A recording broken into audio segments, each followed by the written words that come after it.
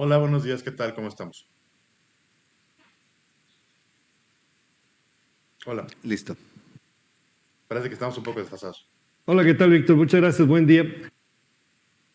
El tema aquí sobre todo es el impacto que ya está generando este conflicto en Medio Oriente. Estamos hablando de la crisis que se pudiera avecinar en el ámbito de los hidrocarburos, en el ámbito del petróleo. ¿Cuál sería un primer acercamiento para el público de Mega Noticias? Mira, lo voy a explicar así, voy a explicar lo más sencillo. El mercado a futuros petroleros, hoy en la mañana, cuando abrió, brincamos en menos de un minuto de tener costos de 66, de 56 a 75 por barril. O sea, tuvimos un salto de más de $10 en cuestión de un minuto. Ya se pueden dar una idea. Ahorita es más o menos lo que estaba checando segundos antes de entrar, es que está estabilizado a 75, el Blend del Norte, que es uno de los índices que más se toma, pero tenemos estos saltos, y es lo más normal del mundo.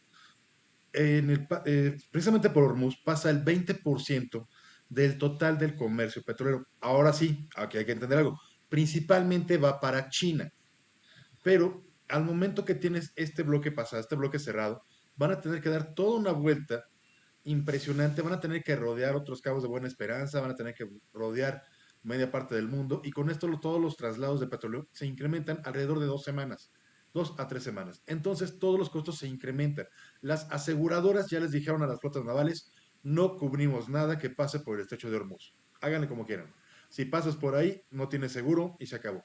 ¿Esto qué va a hacer? Al momento que dan estas vueltas y que van a estar buscando otras rutas, va a aumentar la piratería, que ya se sabe de antemano, que vamos a tener todo este impacto de la piratería que se da, vamos a tener todo este desfase de combustible, incremento de los costos y presiones financieras que con eso traen. Ahora, aquí hay algo bien interesante cuando hablas de petróleo, que nadie ha comentado. Fíjate lo que son las cosas. Hace como un mes estábamos platicando, tú y yo, precisamente del petróleo venezolano y de lo que habían hecho con la captura de Hugo Chávez. Y siempre hablábamos que el petróleo estaba al final de todo. Bueno, curiosamente, ¿qué es lo que hizo Estados Unidos? Primero controla Venezuela, sacan a Maduro, acaban con el chavismo, entre comillas, porque sigue Daisy Rodríguez ahí, toman, toman a Venezuela, controlan el petróleo venezolano, y ya que tienen el petróleo venezolano controlado, ahora sí van contra Irán, a sabiendas de que si tienen presiones petroleras, si hay bloqueos o cualquier situación, ellos ya tienen las reservas de Venezuela. O sea, la estrategia de Trump fue bastante interesante, algo simple pero muy interesante, muy atrevida, y le está funcionando. Porque ahorita el único que tiene garantizado el petróleo es Estados Unidos, y el que tiene controlado el mayor yacimiento de petróleo fuera de Oriente Medio es Estados Unidos. Y con esto quien sale perjudicado automáticamente es China. O alguien que puede ganar un poco es Rusia, porque es un gran exportador. Pero por las sanciones, todo el petróleo ruso va a tener que salir a través de mecanismos, a través de elementos de juego, de cómo se va a poder vender a través de terceros. Probablemente la India o alguien más que va a poder vender su petróleo y recuperarse un poco de las pérdidas que ha tenido con el embargo y con todas las operaciones que tienen en, en Crimea. Entonces, en Ucrania, perdón. Entonces, todo esto es un ajedrez muy interesante. Las piezas estaban preparadas y vamos a ver qué es lo que sucede. Porque Trump aseguraba que esto va a durar todavía unas 4 semanas más. Pero ¿cuál es el problema? ¿Por qué Qatar y todos los demás países están brincando? No solamente les preocupa que ataquen los cuarteles norteamericanos en su territorio. Ya vimos también que en Dubái varios drones que fueron desviados, según esto, golpearon a los grandes hoteles de Dubái. Vamos a ver. Pero también, ¿cuál es el problema? El temor que en algún momento Irán ataque las plantas petroleras sauditas, cataríes o de Emiratos Árabes, y entonces sí tengamos un problema mayor. Que en algún momento vean estas plataformas petroleras, estos campos petroleros como objetivo. Y si es así, entonces el costo del petróleo se te va a disparar. Si ahorita estaba en 76, se te viene hasta 90 o hasta 100. ¿Qué es lo que puede pasar? Y es el problema que tenemos. Más porque ahorita, como en todas las guerras, la desinformación es crucial. Irán anunció, hizo mucha bomba de que habían golpeado uno de los portaaviones norteamericanos. Pero ya revisando en las páginas norteamericanas, revisando y platicando con los expertos de allá, no lo golpearon, ni siquiera estuvieron cerca. Además, eso de que lo movieron del océano, perdona, pero es un chiste. Y es parte de la desinformación que tenemos. Ahora, Claro, esta se está extendiendo porque ya hubo ataques en Líbano. Grupo armado Hezbollah atacó a Israel e Israel ya bombardeó Líbano. Y otra vez están empujando a Líbano a un conflicto armado. Entonces, como vemos, esto está creciendo y está volviendo un conflicto regional más grande. Qatar también ayer se reservó para poder operar y poder entrar al conflicto a defender su territorio y garantiza todas sus partes petroleras. No, el petróleo está haciendo que esto crezca cada día más y más y más. Y esto está muy interesante y yo creo que es el inicio de algo un poco más Claro. grande. Dime, dime. Víctor, te pregunto sobre todo el tema. Estabas destacando puntos claves que son sobre todo la cercanía que comparten con el Golfo Pérsico y y todo ese petróleo que tiene que salir con buques del Golfo Pérsico por el estrecho de Hormuz, que comparten Emiratos Árabes Unidos, Omán y también Irán. Pues estamos hablando de naciones como Kuwait, como Arabia Saudita, estamos hablando de los Emiratos Árabes Unidos.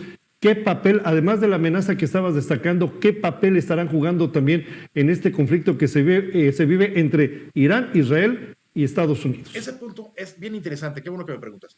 Aquí tenemos que entender algo primero. El Islam se divide en dos ramas, chiitas y sunitas. Y hay que entenderlo radicalmente hablando.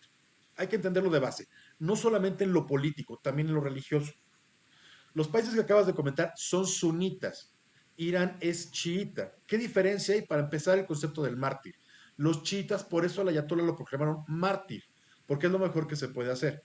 Para los chiitas, el martirio, el morir en martirio, es una garantía de conseguir el paraíso y es una doctrina obligatoria. Por eso vas a ver documentales en los cuales los chiitas se golpean la espalda con navajas o hablan tanto de que un líder murió asesinado por 500 personas o esta tradición más moderna de ponerse una bomba en el cuerpo y estallarla.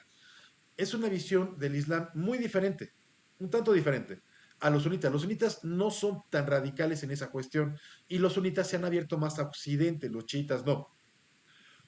Entonces tienes un choque total. Inclusive este choque ha hecho que Irán financie y apoye movimientos, por ejemplo, en Yemen. Y en Yemen, el movimiento chiita apoyado por Irán trae una guerra abierta contra la otra mitad de Yemen sunita, pero también contra Arabia Saudita. Y prácticamente los saudíes ya han estado peleando contra Irán en Yemen durante los últimos 5 años.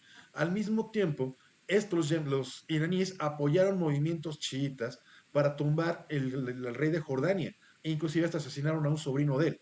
Y también con Qatar tuvieron mucha presión igual. Entonces, para las coronas árabes, sunitas, poder golpear a Irán y regresarlo a Persia, a su estado, y que quede contenido, también lo están aprovechando. Por eso también vemos que de repente muchos países árabes dijeron, no le entramos a la guerra, no le entramos a la guerra, pero utiliza mi territorio para golpear, utiliza mi territorio para atacar, utiliza mis áreas para la guerra. No es de gratis y es en base a este conflicto. Ahora, que puedan entrar todos, lo veo un poco difícil porque ya está Israel, pero hay analistas en Estados Unidos con los que pude platicar ayer y gente norteamericana que pudimos hablar de distintas universidades que comentaban precisamente que están ahorita apostando que muy probablemente los sauditas le entran al conflicto para acabar con Irán lo más rápido posible. Vamos, el hecho de cuando murió el ayatollah, mucha gente festejó a nivel mundial, también los sunitas, no solamente la población de Irán. ¿Y por qué festejaron? No por propaganda norteamericana. Recordemos que hace cosa de 3 meses, Irán reprimió fuertemente manifestaciones de la población civil e Irán asesinó a más de 30,000 personas, al grado que ya no había bolsas para cadáveres y ya no había ambulancias, utilizaban camiones y se hacía el reconocimiento afuera de la morgue. No, la represión del pueblo iraní fue tremenda. Por eso es que también muchos están festejando y muchos en Medio Oriente sí quieren una transición. No te voy a decir que regrese el Shah de Irán, porque eso ya es más propaganda política, eso ya es otra cosa, pero sí quieren quitarle esa potencia a Irán para que pueda influir en los conflictos, poder reducir un poco esa línea chiita. Vamos, hay que entender que Medio Oriente siempre ha sido un caldo de cultivo para los conflictos, porque desde que los británicos y los franceses dividieron en el Tratado de Sykes-Picot, las divisiones políticas no correspondían a las zonas geográficas, a las zonas tribales o a las zonas religiosas, dejando fuera a grupos completos. A Irán, en teoría, se le respetó un poco porque quedó Persia como nación, lo que antiguamente era el imperio persa, pero al mismo tiempo esta misma Sí, división te genera todos estos conflictos que estamos hablando. Tú no puedes entender a Israel, a Palestina, a Hamas, a los grupos multiétnicos sin entender esta división, la guerra que acaba de pasar en Siria. Ahora, por eso también es un polvorín, pero este polvorín siempre ha tenido esta presión chiita. Cuando hablamos de Medio Oriente, o nos vamos a esta visión religiosa o no lo vamos a entender, o nos vamos a esta visión tribal de la división árabe o no lo vamos a entender. Y aquí lo que tú tienes es a chiitas que trataron de acabar con coronas árabes, alegando que estas coronas no tenían derecho a ser reyes de los o emiratos, puesto que ellos llegaron a ese poder por el acuerdo Sykes-Picot, por los franceses y los ingleses. Entonces todo esto genera este caldo de Claro, cultivo que tenemos al día de hoy y que revienta. Dime. claro. Víctor, nos alcanza el tiempo. Déjeme hacer una pregunta más y le pediré una respuesta breve porque nos alcanza el corte.